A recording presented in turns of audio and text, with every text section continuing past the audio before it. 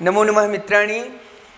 आज संस्कृत कक्षा के इस अनवरत चल रहे ज्ञान प्रवाह यज्ञ में एक नए पाठ, एक नए चैप्टर, एक नए समीकरण और एक नए ज्ञान प्रवाह के साथ हम उपस्थित हैं। आपका मित्र अनंतमणि त्रिवेदी, मानव भारती, देहरादून, उत्तराखंड से। आज का पाठ कक्षा षष्ठम वर्ग के बच्चों के लिए है। आप सप्तम और अष्टम वर्ग के बच्चे भी सुन सकते हैं, लाभान्वित हो सकते हैं। जैसा कि आप देख रहे हैं, आज का जो पाठ है वो है दशमः त्वम असि, 10वां तुम हो। आप सब ने इस कहानी को सुना होगा, कई बार सुना होगा। बहुत ही महत्वपूर्ण है और बहुत ही ज्ञानवर्धक है। व्यक्ति अति उत्साह में स्वयं को भूल जाता है। एक और जहाँ संख्यावाचक का हम ज्ञान करेंगे कि संख्यावाचक के जो शब्द होते हैं पुल्लिंग में कैसे होते हैं, स्त्रीलिंग में कैसे होते हैं और नपुंसकलिंग में कैसे होते हैं, इसका अभ्यास करेंगे। इस पाठ का शब्दार्थ जानेंगे। लेकिन उससे पहले आइए सुनते हैं इस कहानी का आशय क्या है। मैं पहले आपको संक्षेप में बता दूं कि 10 मित्र हैं, 10 दोस्त हैं, 10 बच्चे हैं।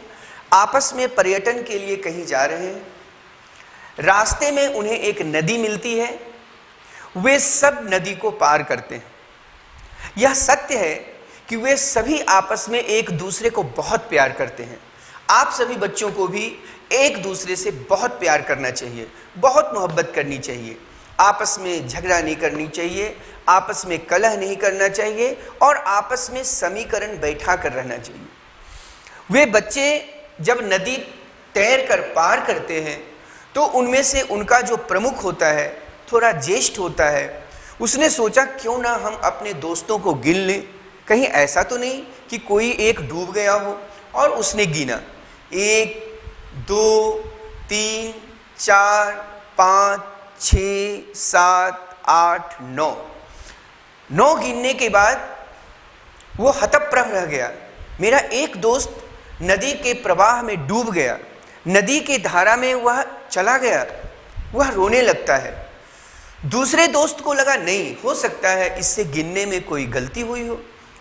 उसने गिनना शुरू किया 1 2 3 4 5 6 7 8 9 और वो भी रोने लगता है। अरे 9 ही है, एक तो डूब गया, एक मेरा दोस्त चला गया। तीसरे ने सोचा नहीं हो सकता है इससे गिनने में कोई गलती हुई होगी। उसने गिनना शुरू किया 1 2 3 4 5 6 7 8 9। ओ सचमुच एक डूब गया। सब बैठकर रोने लगते हैं, सब बैठकर रोने लगते हैं। सबको इस बात का दुख है कि मेरा एक दोस्त नदी के प्रवाह में बह गया, डूब गया, मर गया। एक पथिक उधर से आ रहा है। उसने देखा कुछ बच्चे आपस में रो रहे हैं, बिलख रहे हैं, परेशान हैं। उसने कारण पूछा क्या बात है, क्या वजह है। उसमें से जो ज्येष्ठ था, जो बहुत ही काबिलियत वाला व्यक्ति था, उसने रोते हुए कहा कि हम 10 आपस में घर से चले थे। नदी पार करते समय भी हम 10 थे और जब हमने नदी पार कर लिया तो हम 9 बचे। हम में से एक दोस्त नदी के प्रवाह में बह गया है, डूब गया है, चल बसा है। इस कारण से बहुत दुखित होकर हम सब रो रहे हैं। उस व्यक्ति ने कहा ठीक है, चलो लाइन से सभी खड़े हो जाओ, मैं गिनता हूँ। और उसने गिनना शुरू किया। सबके सिर पर उंगलियों का जो समूह है उसे रखते हुए उसने गिना 1 2 3 4 5 6 7 8 9 10। आप तो 10 हैं। ज्येष्ठ ने पूछा 10वां कौन है? मैं तो 9 ही गिन रहा हूं। पथिक ने कहा, राही ने कहा दशमः त्वम असि, 10वां तुम हो। मित्रों, उनमें से हर बच्चे, उनमें से हर दोस्त स्वयं को नहीं गिन रहे थे, अपने आप को नहीं गिन रहे थे। व्यक्ति जब बहुत अति उत्साहित हो जाता है, अति उत्साह में हो जाता है, दोस्तों के साथ होता है, तो वो स्वयं को भूल जाता है, अपने कर्तव्यों को भूल जाता है। आप ध्यान रखें कि आप बहुत उत्साहित हों तो स्वयं को न भूलें। विवेक से, अनुशासन में, डिसिप्लिन में अपना निर्णय लें, अपने काम को करें, तो सब कुछ अच्छा होगा। आइए देखते हैं इस कहानी को संस्कृत के माध्यम से। आपने कहानी सुन ली, अच्छी बात है।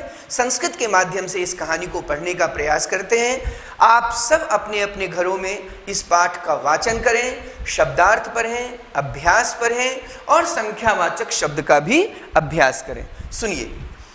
एकदा 10 बालकाः स्नानाय नदीम अगच्छन्। एक बार 10 बच्चे स्नान करने के लिए नदी में गए। ते नदी जले चिरम स्नानम अकुर्वन्। उन्होंने नदी के पानी में खूब स्नान किया, खूब मस्ती की। ततः ते तीर्त्वा पारम गताः। उसके बाद तैर करके वो नदी के पार चले गए। तदा तेषाम नायकः अपि सर्वे बालकाः नदीम उत्तीर्णा। उसके बाद सभी मिलकर के उनके नायक के साथ नदी को वो पार कर गए। तदा कश्चित् बालकः अगणयत् एकः द्वौ त्रयः चत्वारः पञ्च षट् सप्त अष्ट नव इति।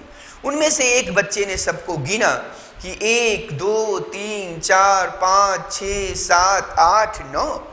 सह स्वम न अगणयत। वो स्वयं को नहीं गिन रहा था। स्वम अर्थात स्वयं को। सह स्वम न अगणयत। वो स्वयं को नहीं गिन रहा था। अतः सह अवदत् नव एव सन्ति। इसलिए उसने कहा कि 9 ही है, एक चला गया, 1 इज मिसिंग। एक कहाँ है? एक पानी में डूब गया। वो रोने लगा। 10वां न अस्ति, 10वां नहीं है। अपरः अपि बालकः पुनः अन्यान बालकान अगणयत। दूसरे ने भी गिना, तीसरे ने भी गिना, सभी ने सबको गिना, पर सबने स्वयं को नहीं गिना। यही दिक्कत आ रही थी। तदा अपि नव एव आसन। सबके गिनने के बाद भी वे 9 ही हो रहे थे। अतः ते निश्चयम अकुर्वन् यत 10मः नद्यां मग्नः। मग्नः मतलब डूब गया। इसलिए उन सब ने आपस में निश्चित किया कि मेरा 10वां दोस्त नदी के प्रवाह में डूब गया। ते दुखिताः तुष्णीम अतिष्ठन्। वो बहुत दुखित हो गए और चुपचाप बैठकर रोने लगे। तदा कश्चित् बात पथिकः तत्र आगच्छत्। एक राही उधर से गुजर रहा था। सः तान् बालकान् दुःखितान् दृष्ट्वा अपृच्छत् बालकाः युष्माकं दुःखस्य कारणं किम्। उस पथिक ने बच्चों से पूछा, बच्चे आप सबके दुख का क्या कारण है? बालकानाम नायकः अकथयत्। बच्चों में जो थोड़ा बड़ा था, जो बुद्धिमान था, जो उसका नायक था, उसने कहा वयम 10 बालकाः स्नातुम आगताः। हम 10 बच्चे नहाने के लिए आए। इदानीम 9 एव स्मः। इस समय हम 9 ही हैं। एकः नद्यां मग्नः इति। एक नदी के प्रवाह में डूब गया। पथिकः तान् अगणयत्। राही ने, पथिक ने उन सब बच्चों को गिना। तत्र 10 बालकाः एव आसन्। वे 10 बच्चे ही थे। सः नायकम् आदिशत् त्वं बालकान् गणय। उसने नायक को बताया कि तुम एक बार अपने बच्चों को गिन लो। सः तु 9 बालकान् एव अगणयत्। नायक ने फिर 9 बच्चों को ही गिना। तदा पथिकः अवदत् 10मः त्वमसि। तब पथिक ने उस नायक के सिर पर उंगली रखते हुए कहा, 10वां तुम हो। तत्श्रुत्वा प्रहृष्टाः भूत्वा सर्वे गृहम् अगच्छन्। यह देखकर वे सारे बच्चे खुश हो गए, प्रसन्न हो गए और उन्हें लगा कि हाँ, हम 10 ही हैं। हम में से कोई डूबा नहीं, हम में से कोई बहा नहीं, हम में से कोई मरा नहीं, और हम 10 के 10 हैं। और वो सब खुश होकर फिर अपने अपने घर के लिए चल पड़े। तो मित्रों, कई बार ऐसा होता है कि जब हम बहुत उत्साह में होते हैं तो स्वयं को नहीं गिनते। आप स्वयं को भी गिने, और जब समूह में चलें, जब दोस्तों के साथ चलें तो थोड़ा विवेक रखें, घबराएं नहीं। परिस्थितियां अनुकूल और प्रतिकूल होती हैं, लेकिन आप परेशान नहीं होंगे, धैर्य रखेंगे तो सब कुछ अच्छा होगा, सब कुछ मंगल होगा। यहाँ पर इस पाठ के माध्यम से मैं आपको थोड़ा सा संख्यावाचक शब्द बताने का प्रयास करूँगा कि संस्कृत में 1 2 3 और 4, संस्कृत में 1 2 3 4 के लिए तीनों लिंगों में अलग अलग शब्द होते हैं, लेकिन 5 से लेकर 100 तक फिर एक जैसा ही शब्द होता है, उसमें न कोई पुल्लिंग, न कोई स्त्रीलिंग और न कोई नपुंसक लिंग का अलग अलग प्रयोग होता है। वे शब्द पुल्लिंग, स्त्रीलिंग और नपुंसक लिंग के लिए बराबर होते हैं। जैसे पुल्लिंग में एक के लिए एकः होता है, एकः बालकः अस्ति, एक लड़का है। पुल्लिंग में, स्त्रीलिंग में एक के लिए एका होता है, एका बालिका अस्ति। नपुंसक लिंग में एक के लिए एकम होता है, एकम फलम अस्ति। तो आप देख सकते हैं एकः बालकः अस्ति, एका बालिका अस्ति, एकम फलम अस्ति। क्रमशः पुल्लिंग, स्त्रीलिंग और नपुंसक लिंग में इसका ऐसा व्यवहार करना चाहिए। यदि आपका विशेष नपुंसक लिंग है तो आप एकम बोलेंगे, एकम फलम, एकम पुस्तकम, एकम वस्त्रम इत्यादि। यदि आपका विशेष स्त्रीलिंग है तो आप एका बोलेंगे, क्योंकि ये विशेषण होते हैं, संख्यावाचक शब्द विशेषण होते हैं और विशेष्य के अनुसार आपको प्रयोग करना होता है। तो एका बालिका अस्ति, एका पुस्तिका अस्ति, एका गीता अस्ति, एका माता अस्ति, एका महिला अस्ति, एका रोटिका अस्ति इत्यादि। और यदि आपका विशेष्य पुल्लिंग है तो आप बोलेंगे एकः रामः अस्ति, एकः कृष्णः अस्ति, एकः बुद्धः अस्ति, एकः रहीमः अस्ति, एकः छात्रः अस्ति, एकः अध्यापकः अस्ति, एकः विद्यालयः अस्ति इत्यादि। तो पुल्लिंग में एकः, स्त्रीलिंग में एका और नपुंसक लिंग में एकम का प्रयोग करेंगे। ठीक वैसे ही दो के लिए पुल्लिंग में द्वौ, द्वौ बालकौ, द्वे बालिके, द्वे फले। द्वि शब्द का द्विवचन होगा, ध्यान रखेंगे। एक शब्द का एक वचन, द्वि शब्द का द्विवचन और 3, 4, 5 आगे फिर बहुवचन का प्रयोग होता है, इतना ध्यान रखना चाहिए। तो द्वि शब्द का पुल्लिंग में द्वौ, द्वौ बालकौ स्तः, द्वे बालिके स्तः, द्वे फले स्तः। तीन का पुल्लिंग में त्रयः, त्रयः बालकाः सन्ति, 3 बच्चे हैं। तिस्रः बालिकाः सन्ति, 3 लड़कियां हैं। त्रीणि फलानि सन्ति, 3 फल हैं। तो आप ध्यान रखेंगे कि संस्कृत में 1 से 100 तक, 1000 तक, लाख तक, करोड़ तक संख्यावाचक शब्द को समझने के लिए केवल आपको 1, 2, 3 जानना होता है, क्योंकि 5 से लेकर 1000, लाख, करोड़ जितने भी शब्द हैं वो सिर्फ एक होते हैं और उन्हीं एक का पुल्लिंग, स्त्रीलिंग, नपुंसक लिंग में हम प्रयोग करते हैं। पंच बालकाः सन्ति, 5 बच्चे हैं। पंच बालिकाः सन्ति, 5 लड़कियां हैं। पंच फलानि सन्ति, 5 फल हैं। पुल्लिंग, स्त्रीलिंग, नपुंसक लिंग किसी के भी साथ एक ही होता है, लेकिन 4 तक, 1 से 4 तक पुल्लिंग में अलग, स्त्रीलिंग में अलग, नपुंसक लिंग में अलग व्यवहार करना चाहिए। आप सब संस्कृत पुस्तक के माध्यम से संख्यावाचक शब्दों को भी जानने का प्रयास करेंगे। वैसे ही 5 से लेकर शतम तक अर्थात 100 तक एक ही शब्द पुल्लिंग, स्त्रीलिंग, नपुंसक लिंग के प्रयोग में आते हैं, तो आप सबको जानना चाहिए। वैसे ही 5, 6, 7, 8, 9, 10 संस्कृत में मित्रों 10 लिखते हैं, तो आप ध्यान रखेंगे 10 ये श, तालव्य श, इसे हम तालव्य श कहते हैं और हिंदी में 10 होता है। ठीक है, संस्कृत में 10, हिंदी में 10। दशमः मतलब 10वां, त्वम अर्थात तुम, असि अर्थात हो। दशमः त्वम असि, 10वां तुम हो, ऐसा प्रयोग करना चाहिए। अभ्यास में आते हैं। प्रश्नानाम उत्तराणि लिखत। अभ्यास संख्या 2 देखें। प्रश्नों के उत्तर लिखने बहुत ही आसान है। आपने कहानी सुनी, आपने पाठ सुना, पुस्तक आपके पास है, आप अभ्यास करें, पाठ का वाचन करें और देखें। प्रश्नानाम उत्तराणि लिखत। कति बालकाः स्नानाय अगच्छन्, कितने बच्चे नहाने के लिए गए। बहुत आसान है, बहुत आसान है। आप लिखेंगे 10 बालकाः स्नानाय अगच्छन्, 10 बच्चे नहाने के लिए गए। ये भूतकाल की क्रिया है। अगच्छत, अगच्छताम, अगच्छन्, अगच्छः, अगच्छतम, अगच्छत, अगच्छम, अगच्छाव, अगच्छाम। जैसा कि आप जानते हैं कि संस्कृत में एक क्रिया की 9 क्रिया होती है, तो वर्तमान काल में, भविष्यत काल में और भूतकाल में किसी भी काल में वो 9 क्रिया होगी।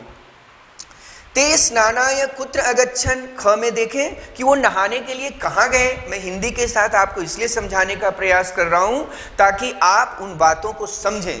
अगर आप बातें समझ जाते हैं तो प्रश्नों के उत्तर में परेशानी नहीं होती है।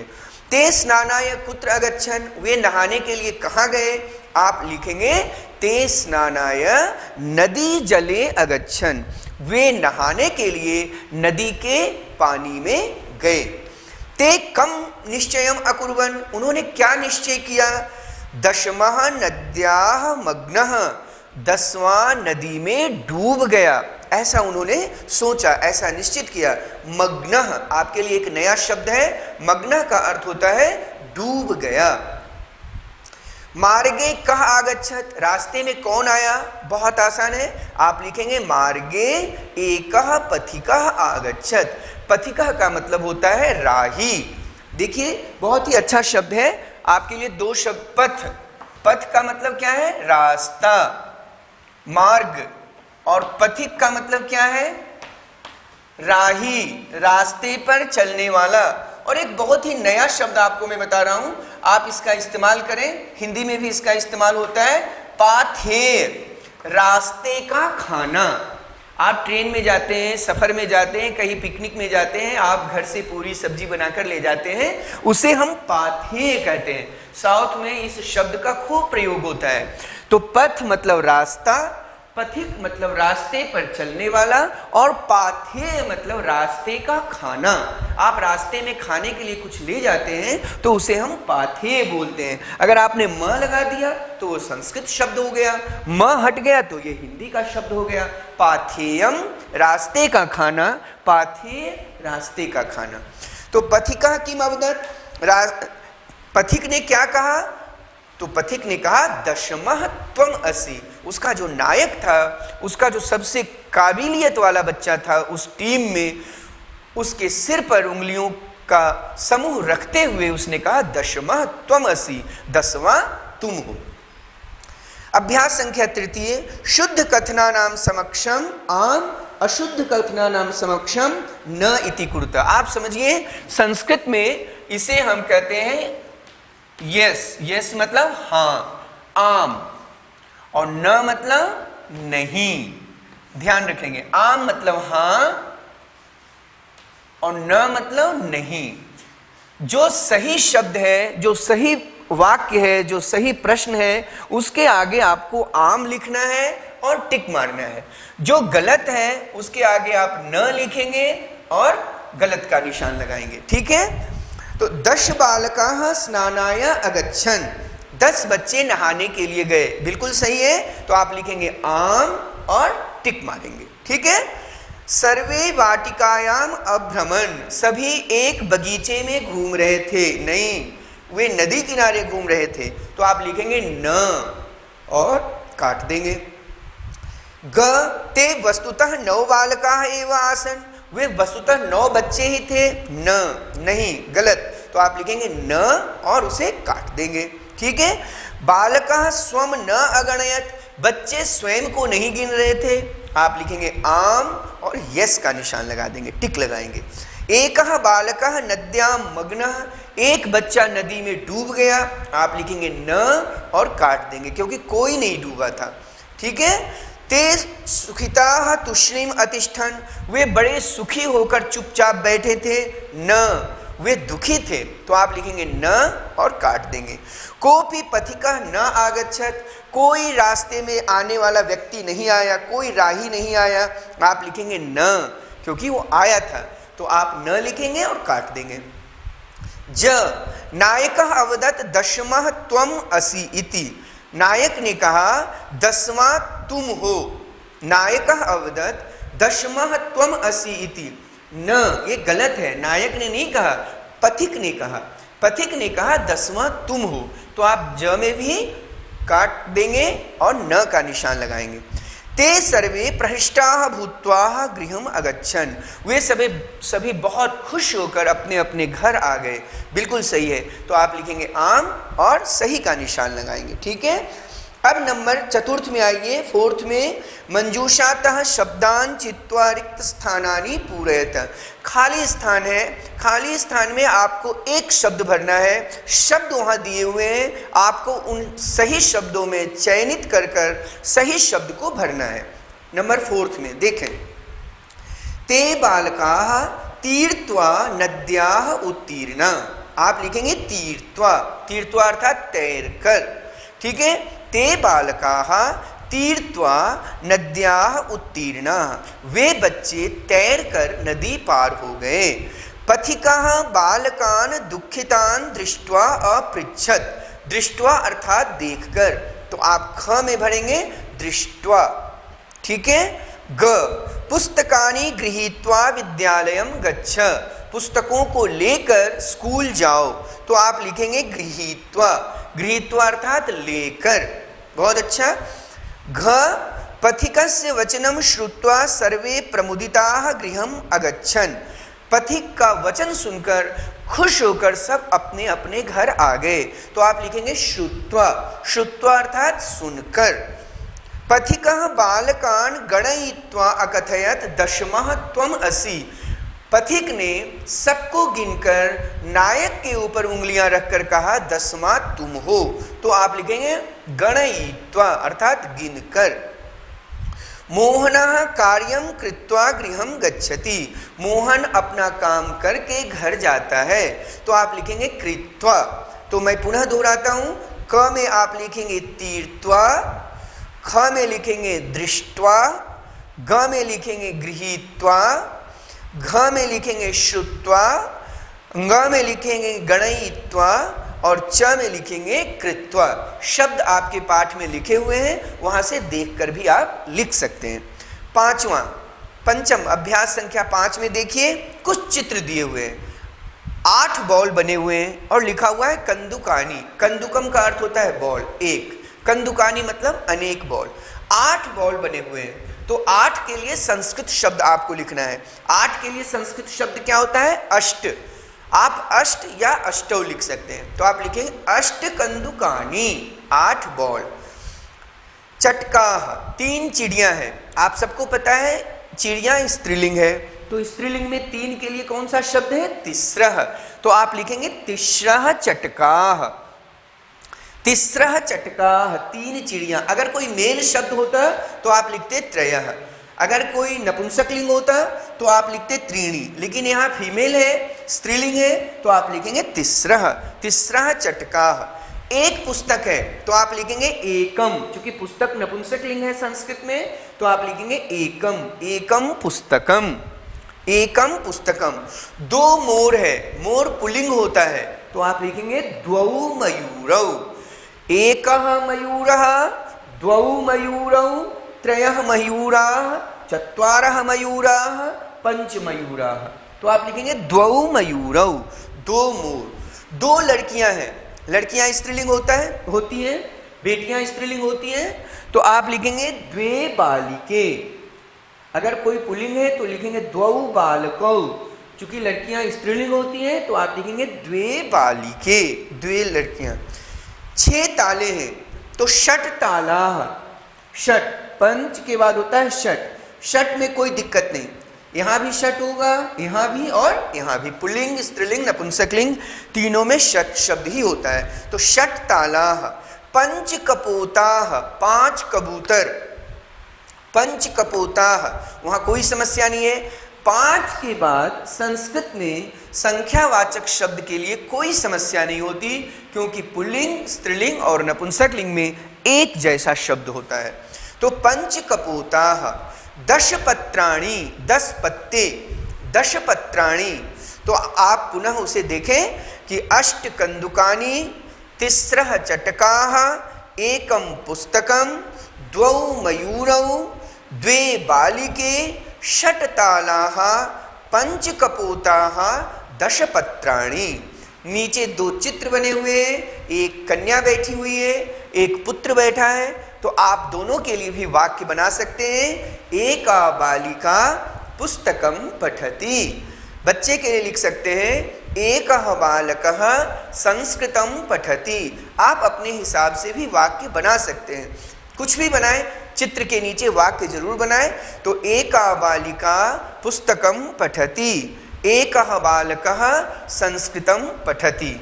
तो मेरे प्यारे बच्चों, ये है दशमः त्वम् असि का पाठ, जिसमें बहुत सारे ज्ञान के साथ साथ संख्यावाचक शब्द भी आपको पढ़ने हैं, जानने हैं और जानना चाहिए। तो आप सब इस पाठ का वाचन करें, घर में शब्दार्थ का लेखन अवश्य करें, संस्कृत पुस्तिका में अभ्यास करें, संख्यावाचक शब्दों को पढ़ें। और आपको यदि हमारा यह वीडियो अच्छा लगा हो तो देखें, दूसरों को भी देखने के लिए प्रेरित करें, लाइक करें, शेयर करें और यदि सब्सक्राइब न किया है तो जरूर करें। बहुत बहुत धन्यवाद। जय तु संस्कृतम, जय तु भारतम।